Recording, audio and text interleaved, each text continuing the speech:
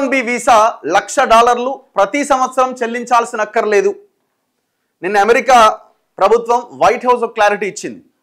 ఈ H1B visa ఇది పెద్ద రచ్చ నడుస్తున్నది. H1B వీసా అంటే ఏంటి అంటే H1B వీసా అమెరికాలో ఉన్నటువంటి కంపెనీలు అంటే అమెరికాలో స్థాపించబడ్డ అక్కడ ఉన్నటువంటి కంపెనీలు ఏవైతే ఉన్నాయో విదేశాల్లో ఉన్న నిపుణులైనటువంటి నిష్ణాతులైనటువంటి ఎంప్లాయీస్ కోసం ఈ H1B వీసాని అప్పుడున్న అమెరికా ప్రభుత్వం ప్రవేశపెట్టింది. 1919లో ప్రవేశపెట్టారు. అంటే వాళ్ళకి అక్కడ నిపుణులు ఎక్స్పర్ట్స్ దొరకట్లేదని 1990లో H1B వీసా ప్రవేశపెట్టారు. దాని ద్వారా విదేశాల్లో ఉన్నటువంటి అంటే అమెరికా కాకుండా మిగతా దేశాల్లో ఉన్నటువంటి ఉద్యోగ అంటే ఎంప్లాయీస్ని రిక్రూట్ చేసుకున్నారనమాట. దానికోసం ఆ ఎంప్లాయీస్కి H1B వీసా ఇస్తారు. ఈ H1B వీసా కింద ఏ కంపెనీలు అయితే ఎంప్లాయీని తీసుకోవాలనుకుంటున్నాయో ఆ కంపెనీలు ఆ ఛార్జ్ని చెల్లించాల్సి ఉంటుంది. సో ఇప్పుడు ఇంతకుముందు ఆ ఛార్జ్ మొన్నటిదాకా $6,000 ఆ పైన ఉంటుండే కొంతవరకు.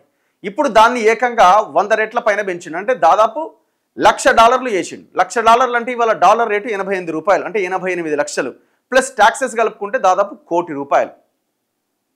అయితే ఇది సడన్గా వార్త బయటకు వచ్చేసరికి ఆల్రెడీ H1B వీసా మీద అమెరికాలో ఉద్యోగాలు చేస్తున్న తెలుగు వాళ్ళు ఉన్నారు, ఈ దేశంలో ఉన్న చాలామంది ఉన్నారు. వాళ్ళలో కూడా ఒక్కసారిగా ఆందోళన మొదలైంది. అంటే మేము ఎక్కడి నుంచి కట్టాలి $1,00,000? యాక్చువల్గా ఇండియన్స్ని కానీ మిగతా విదేశీయులను కానీ ఎందుకు రిక్రూట్ చేసుకుంటే ఆయా కంపెనీలు అమెరికాలో ఉన్న కంపెనీలు అంటే మనము కొంత చీప్గా దొరుకుతామన్నది వాళ్ళకి. అమెరికాలో ఉన్న వాళ్ళని రిక్రూట్ చేసుకుంటే వాళ్ళకి ఎక్కువ ఖర్చు పెట్టాల్సి వస్తుంది, ఎక్కువ శాలరీ ఇవ్వాల్సి వస్తుంది, దాదాపు ₹1,00,000 యావరేజ్గా సంవత్సరానికి ఇవ్వాల్సి వస్తుంది. విదేశీయులు అయితే ఇండియన్స్ లాంటి వాళ్ళు అయితే 50 లక్షలకు 60 లక్షలకే చేస్తారు, యావరేజ్ శాలరీ అంతే ఉన్నది వాళ్ళదని రిక్రూట్ చేసుకుంటున్నారు. ఈ H1B వీసాలు ఇష్టం వచ్చినట్టుగా ఇచ్చేస్తున్నారు. సో ఇట్లా 1990లో స్టార్ట్ అయినటువంటి H1B వీసాలు ఇక అన్ని కంపెనీలు చాలా పెద్ద మొత్తంలో ఇవ్వడం స్టార్ట్ అయిపోయింది. దాదాపుగా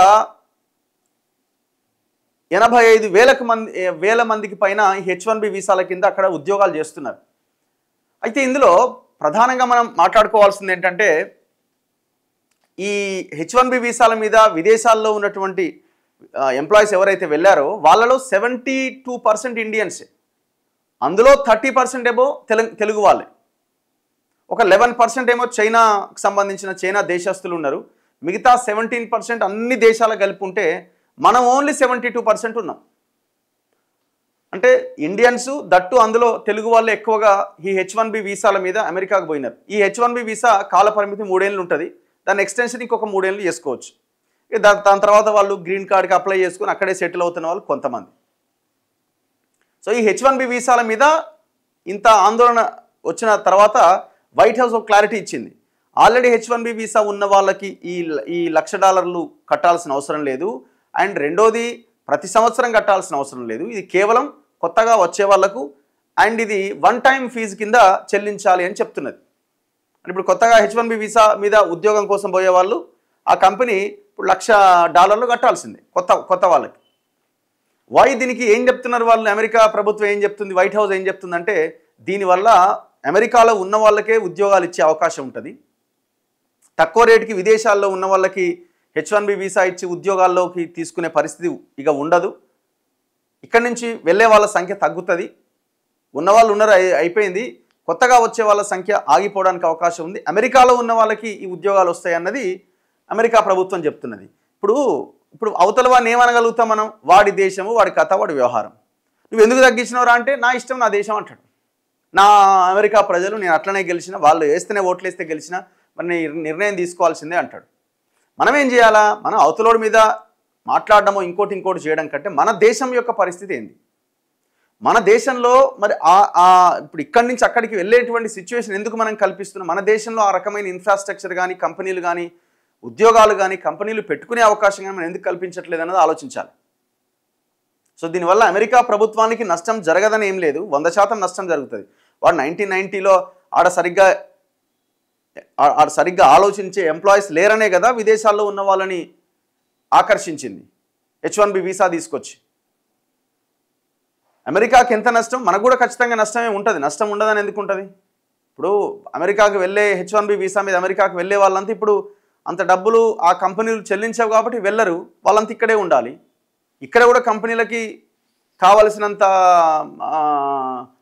ఎంప్లాయీస్ ఇక్కడ అందుబాటులో ఉంటారు, దానివల్ల శాలరీస్ తగ్గిస్తారు, రకరకాల ఇష్యూస్ మొదలయ్యే అవకాశం ఉంది. అయితే H1B వీసా $1,00,000 ఏదైతే ఉందో ₹1,00,00,000 ప్రతి సంవత్సరం చెల్లించాల్సిన అక్కర్లేదని నిన్న ప్రకటించింది వైట్ హౌస్. ఒక్కసారి కడితే సరిపోతుంది. ఈ ఫీజు కేవలం కొత్త H1B దరఖాస్తుదారులకే. రానున్న లాటరీ సైకిల్లోనే అమలు. లాటరీ సైకిల్లోనే అమలట.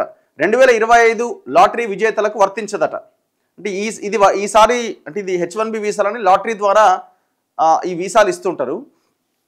అయితే ఇది నెక్స్ట్ అంటే ఇప్పుడు రాబోయేటువంటి సైకిల్లో మాత్రమే దీన్ని అమలు చేస్తారట. ఇప్పటి వరకు 2025 ఎవరికైతే ఈ లాటరీలో పేర్లు వచ్చినాయో, వీసా వచ్చిందో వాళ్ళకు వర్తించదట. ఇది రెన్యువల్ చేసుకోవాలనే వారికి ఆందోళన కూడా అవసరం లేదట. ట్రంప్ కార్యనిర్వాహక ఉత్తర్వు పైన అమెరికా యంత్రాంగం వివరణ. H1B వీసా కోసం $1,00,000 ఫీజు చెల్లించాలంటూ అమెరికా అధ్యక్షుడు డొనాల్డ్ ట్రంప్ శుక్రవారం జారీ చేసిన కార్యనిర్వాహక ఉత్తర్వులు ప్రస్తుత వీసాదారులకు వర్తించవని ట్రంప్ యంత్రాంగం వివరణ ఇచ్చింది. కొత్తగా H1B వీసా పిటిషన్లు దరఖాస్తు చేసుకునే వారికి మాత్రమే వర్తిస్తుంది. ఈ ఫీజు కూడా ఏటా చెల్లించాల్సిన పని లేదు, ఒకసారి కడితే సరిపోతుంది.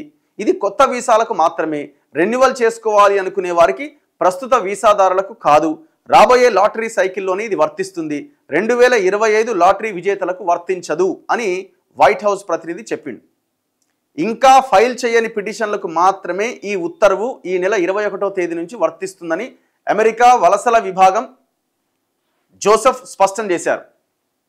ఇంక క్లారిటీ వచ్చింది కదా. నెక్స్ట్ టైం నుంచి అప్లై చేసుకునే వాళ్ళకి మాత్రం ఇది వర్తిస్తుంది.